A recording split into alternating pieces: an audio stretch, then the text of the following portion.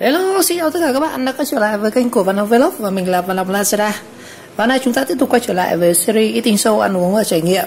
Hôm nay chúng ta sẽ đến với bộ 3 combo cháo yến mạch của cháo sen Bát Bảo Minh Trung. Và hôm nay chúng ta cùng review và ăn thử 3 loại cháo yến mạch này xem như thế nào nhé.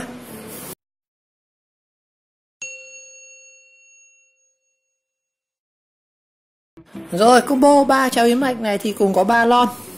Thứ nhất là cháo yến mạch cốt dừa. Đó. Một loại nữa là cháo yến mạch sữa. Đó. Và một loại nữa là cháo yến mạch. Ở đây thì mình thì không thể ghi gì, chắc là cháo yến mạch thường thôi. Rồi, các bạn có thể thấy rằng như vậy với cái yến mạch này thì bên cơ sở cháo sen Bát Bảo Minh Trung thì họ có rất nhiều các cái sản phẩm hay. Đó. Cốt dừa này, như vậy cái cháo yến mạch đây, cái lon đầu tiên là cháo yến mạch không, tức là chúng ta sẽ ăn thuần, tức là chỉ có yến mạch không, nấu thành cháo. Và đây thì nó không có, mình xem cái lon này trước nhá. Cái lon này lon kiểu origin ấy, nguyên bản này. Cháo yến mạch này không có bất chất bảo quản, ăn liền luôn, rất là hay. Và một lon này thì nó có size là 365g, sản xuất trực tiếp tại nhà máy cháo sen Bát Bảo Minh Trung. Rồi, xem thành phần của lon này nó có gì nào. Gồm có nước, đường, yến mạch, gạo nếp, đậu đỏ, lạc nhân, hạt sen, đậu xanh, long nhãn và ý dĩ.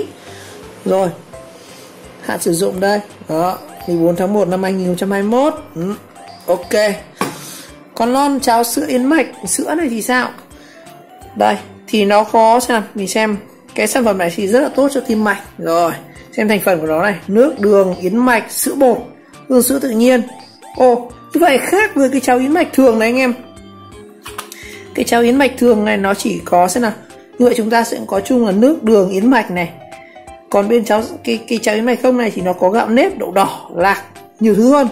Còn cái cháo yến mạch này thì nó chỉ có thêm sữa bột và tự nhiên thôi. Như vậy mình nghĩ là cái sản phẩm cháo yến mạch sữa này chỉ nó sẽ tốt với những người ăn kiêng hơn. Nó chỉ gồm có yến mạch và sữa bột, nó ít cái thành phần hơn cái cháo yến mạch này. Còn cái cháo yến mạch cốt dừa này thì sao? Đấy, xem nào. Xem cái thành phần của cháo yến mạch cốt dừa này. Cái cháo yến mạch cốt dừa này thì nó sẽ có nước, đường, yến mạch, cốt dừa và hương tự nhiên. Như vậy có thể thấy rằng cái cháo yến mạch cốt dừa này thì nó cũng khá là giống với cái cháo yến mạch sữa. Hai thằng này nó chỉ khác nhau một cái là cái ông bên này thì là sữa bột này, còn cái ông cốt dừa này thì là có cốt dừa thôi và có thêm cả là ý dĩ. Đó. Cái cháo yến mạch sữa này thì nó không có ý dĩ, mình cũng không biết ý dĩ là cái vị thuốc gì. Còn anh em nào thích ăn nhiều cái thành phần hơn thì mình có thể sử dụng cái cháo yến mạch này. Ok, nó có 3 lon này nhá, hãy phân biệt 3 loại này. Của cháo yến mạch thường này, cháo yến mạch cốt dừa và cháo yến mạch sữa. Ngày hôm nay thì mình sẽ ăn thử trước là cái cháo yến mạch này đi. Cái này nó có nhiều thành phần này. Đó. Cũng có nước, đường, yến mạch, gạo nếp, đậu đỏ, hạt sen, đậu xanh, long nhãn, ý dĩ. Cái này có cả ý dĩ nữa. Ngoài chúng ta ăn thử lon này trước. Còn hai cái lon này thì nếu mà còn bụng thì chắc mình sẽ ăn luôn. Không biết ăn một lon thì lo lắm. Rồi, đây là lon cháo yến mạch. Rồi, anh em thì thấy rằng cái sản phẩm của Minh Trung thì cũng rất là cơ động luôn. Có sẵn một cái thìa dã chiến như này. Mình khoái nhất là cái này. Một số các cái sản phẩm đồ hộp mình thấy họ không có cái thìa nhựa này. Có mỗi cái giật non thôi, có cái giật non cũng đã rất là tiện rồi. Anh em đi du lịch dã ngoại mình chỉ cần giật ra cái là ăn, không phải mang cái đồ một hộp đi nó cồng kềnh làm gì. Và đây người ta có cho sẵn được cái thìa, anh em quá cơ động, chỉ việc ăn liền thôi. Đó. Sản phẩm nào cũng thế, có sẵn thế. Rồi, chúng ta sẽ mở khui thử con này xem nó có cái vị gì và ăn nó ra làm sao nhé. Đây này, có cái này rất là tiện cho anh em luôn. Đi phượt, đi du lịch, đi học, đi làm. Mở cũng dễ luôn. Đó. Xem nào. Đây cho anh em xem này. Mình sẽ lấy cái thìa luôn của Minh Trung này. Đó. Cách sử dụng cái thìa này cũng đơn giản thôi. Tháo này ra này. Đó, nó có những cái khớp này. Đó, hay chưa? Đó, chúng ta xem cái thành phần của cái này sẽ có gì nhá. Đầu tiên mình thấy có hạt sen rồi này. Hạt sen. Cái này là cái yến mạch này. Yến mạch thì những người nào ăn kiêng thì chắc là quá quen thuộc rồi. Yến mạch nó rất nhiều chất xơ, rất là tốt cho tim mạch. Các bạn nào về tiểu đường, cao huyết áp thì cần phải sử dụng yến mạch rất nhiều. Xem nào. Xem dưới nó có những thành phần gì, có lạc cái sao này. Hạt sen là sen, không phải lạc đâu. Đây. Cái này là không biết là hạt gì đấy anh em. đậu đỏ, long nhãn nữa này. Đây quả long nhãn anh em. Đó. Này chắc là hạt sen hay sao? Cái hạt to này cũng để ý dĩ nhỉ. Ý dĩ mình thấy trong các cái lon hầm gà hay có này. Mò ở dưới này. Đó, đậu đỏ này. Ô, rất nhiều thứ luôn này. Đó. Ô, hạt sen này. Ô, nhiều thứ lắm anh em. Một cái lon này nó rất nhiều thứ luôn. Sẽ ăn thử một thìa trước nhá. Một thìa trước này. Đây, ăn cái quả long nhãn xem.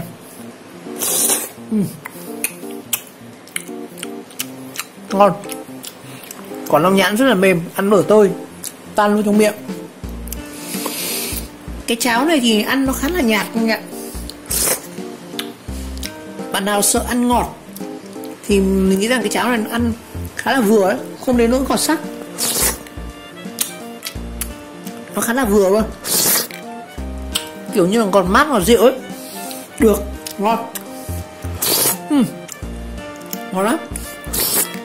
Rồi, có lẽ là mình sẽ chuyển cái lon cháo này sang một cái bát cho anh em xem là tất là bên trong cái lon cháo này thì bên cơ sở cháo xem với bản bên Trung thì cho chúng ta những cái gì nhá. Ở đây mình sẵn một cái bát ô tô, chơi hẳn cái bát ô tô này cho anh em xem này. Đây mình ăn có mấy thìa thôi, chúng ta xem bên trong nó có tất tật sẽ có như thế nào. Đấy, cái này là long nhãn này, đậu đỏ này, hạt sen này. Đấy, rất nhiều quả nhãn luôn này, quả nhãn long nhãn đấy.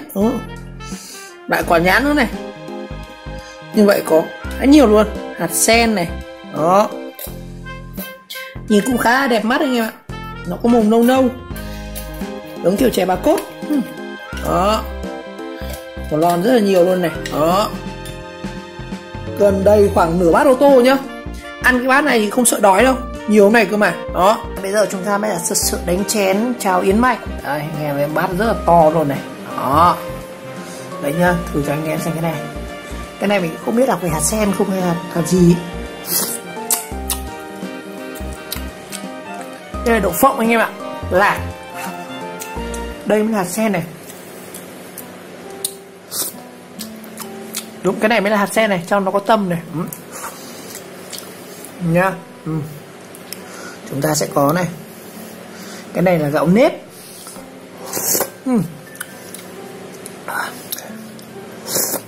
Đó.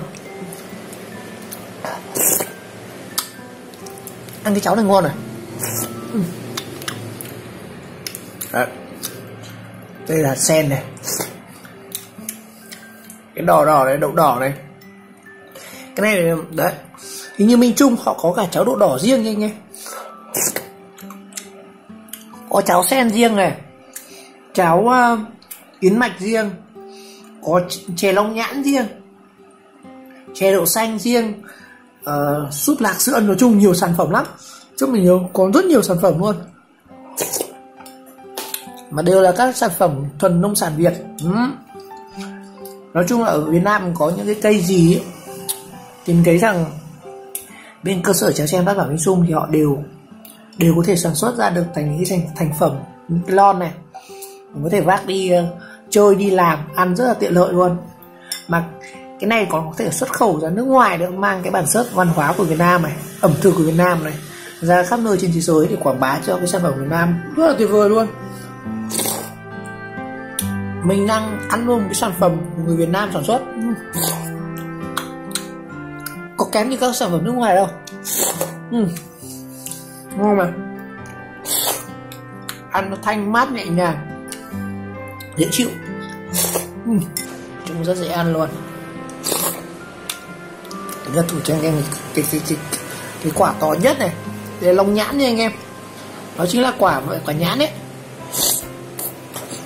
Nhưng mà người ta kiểu như người ta sấy nào ấy, mình không rõ cái làm long nhãn thế nào, nhưng mà ăn nó vẫn có cái vị tươi của nhãn nhé. Mà không ngọt đâu, nó không ngọt như nhãn sấy. Nói chung là cái cháo này ăn vừa, dễ ăn. Có lẽ là cái sản phẩm chè thì nó sẽ ngọt hơn, cái cháo này nó dịu hơn và mát mát ạ. Đây này, sen này này. Đó. Lúc đầu mình tưởng cái yến mạch này chắc chỉ có yến mạch không này.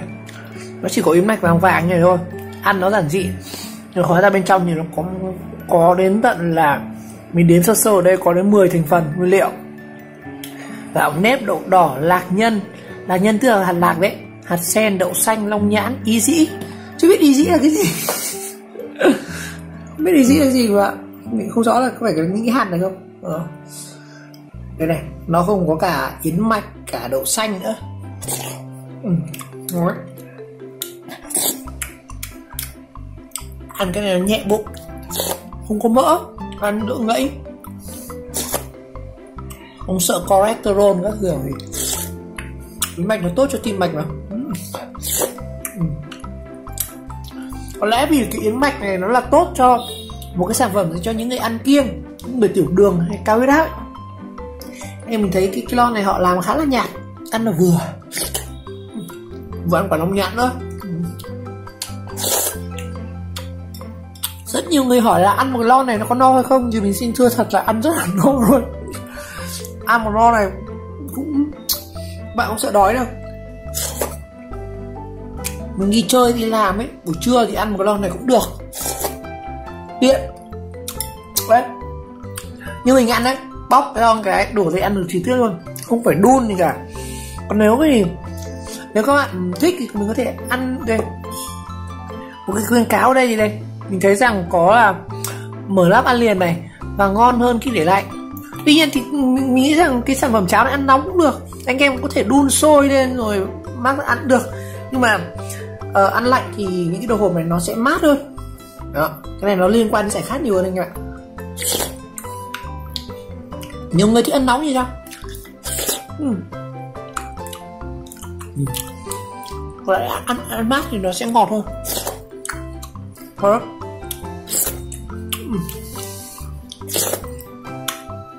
Ăn bát này no, đủ chất dinh dưỡng. Đậu đỏ này, long nhãn này. Không phải là chỉ có yến mạch không đâu, có rất nhiều thứ luôn. Là sen này. Đó. Ăn luôn bằng cái thìa Minh Trung.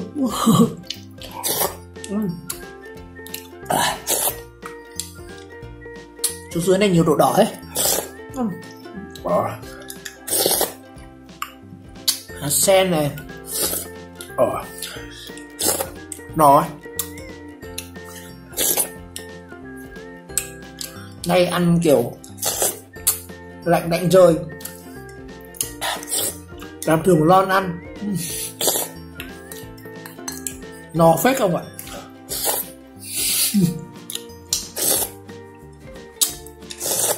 Dễ ăn lắm. Cái này thì cả trẻ con, người già, thanh niên ăn được, không phân biệt độ tuổi gì. Cũng khá là mềm. Nếu cụ nào như kiểu răng yếu ấy, hoặc là đầu răng thì ăn cái mình thấy nó mềm lắm, mở tan trong miệng luôn ấy. Giống như chẳng phải nhai người ta ninh ấy. Rồi, ngon quá.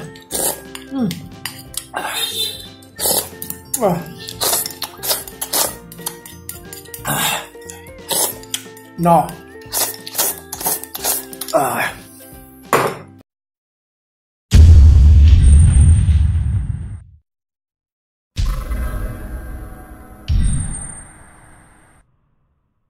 Rồi, như vậy ngày hôm nay chúng ta vừa điểm qua 3 loại cháo yến mạch của Minh Trung. Rất tiếc là ăn xong một cái hộp cháo yến mạch thường đã no căng rồi. Chắc là mấy cái hộp này thì có lẽ mình sẽ làm ở video sau, chúng ta sẽ tiếp tục đánh giá và ăn thử xem như nào. Nhưng mà hôm nay thì đối riêng với cái cháo yến mạch thường này mình ăn mình đã thấy rất là ngon rồi. Nó có độ ngọt vừa này, có rất nhiều các thành phần này, hạt sen, lạc, rồi long nhãn, đậu đỏ, rất nhiều thứ luôn. Ăn thì rất là phù hợp với cả người già, thanh niên, trẻ nhỏ, và ăn rất là mát, rất là tốt cho cơ thể. Nó cái yến mạch nói chung là rất là tốt, không sợ béo, tại vì nó không có kiểu gạo ấy và nhiều tinh bột. Cái này nó hoàn toàn là chất xơ thôi. Còn đây thì lẽ là hẹn các bạn sang video khác, chúng ta sẽ làm thử ăn thử cháo yến mạch cốt dừa này và cháo yến mạch sữa nhé. Rồi một lần nữa cảm ơn các bạn đã theo dõi video clip, và nếu thấy video hay và nghĩa các bạn nhớ like, subscribe của kênh và chờ đón các video tiếp theo. Chúng ta sẽ có những trải nghiệm khác và đặc biệt là các sản phẩm của Minh Trinh Food nhé. Ok, xin chào.